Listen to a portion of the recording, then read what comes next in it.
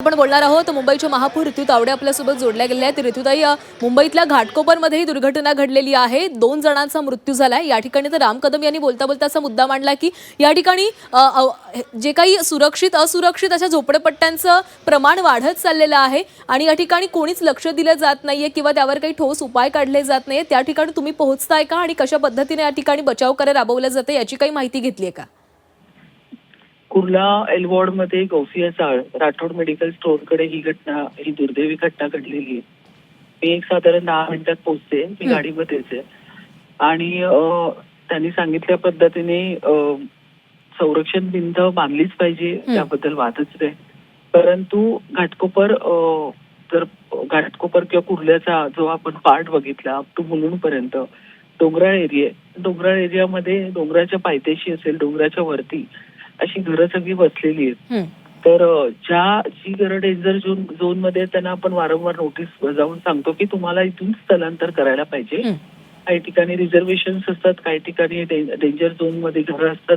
अशा पद्धतीचं सगळी भौगोलिक परिस्थिती त्या ठिकाणी असते।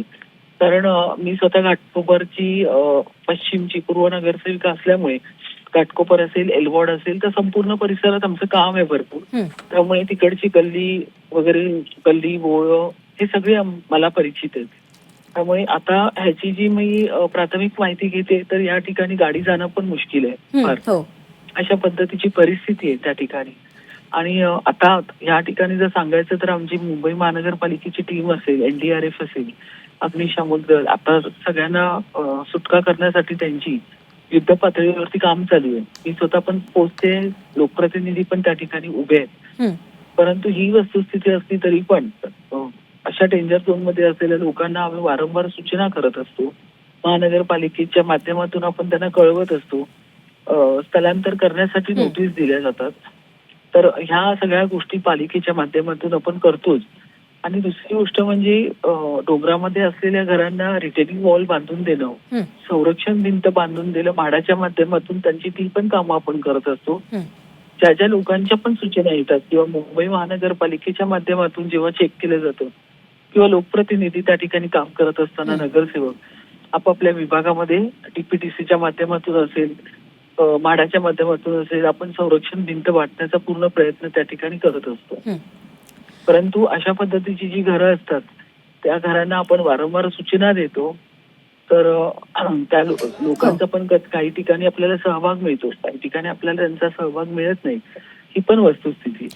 त्यामुळे आता पुढील संपूर्ण माहिती तिकडे गेल्यानंतर मला कळेल की काय सगळी सिच्युएशन आहे।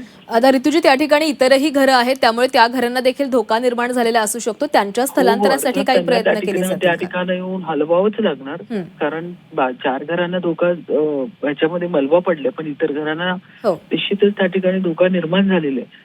तर त्या ठिकाणी सुरुवातीला आता आम्ही त्यांना शाळेमध्ये हलवणार आणि ही जर अशा पद्धतीची घरं त्यांना PEPच्या माध्यमातून दुसरं घर दिलं जाणार। पण अशा पद्धतीने बाकीची घरांना जर धोका निर्माण झालाय तर तिथून त्यांना नक्कीच हलवावं लागणार। नक्कीच। धन्यवाद ऋतुजी दिलेल्या सविस्तर प्रतिक्रियेसाठी। तर काही वेळातच मुंबईच्या महापौर ऋतू तावडे या घटनास्थळी पोहोचणार आहेत आणि या संपूर्ण परिस्थितीचा आढावा घेतला जाणार आहे। या ठिकाणी जी इतर घरं असुरक्षित आहेत त्यांचं स्थलांतर कुटुंबियांचं केलं जाणार आहे।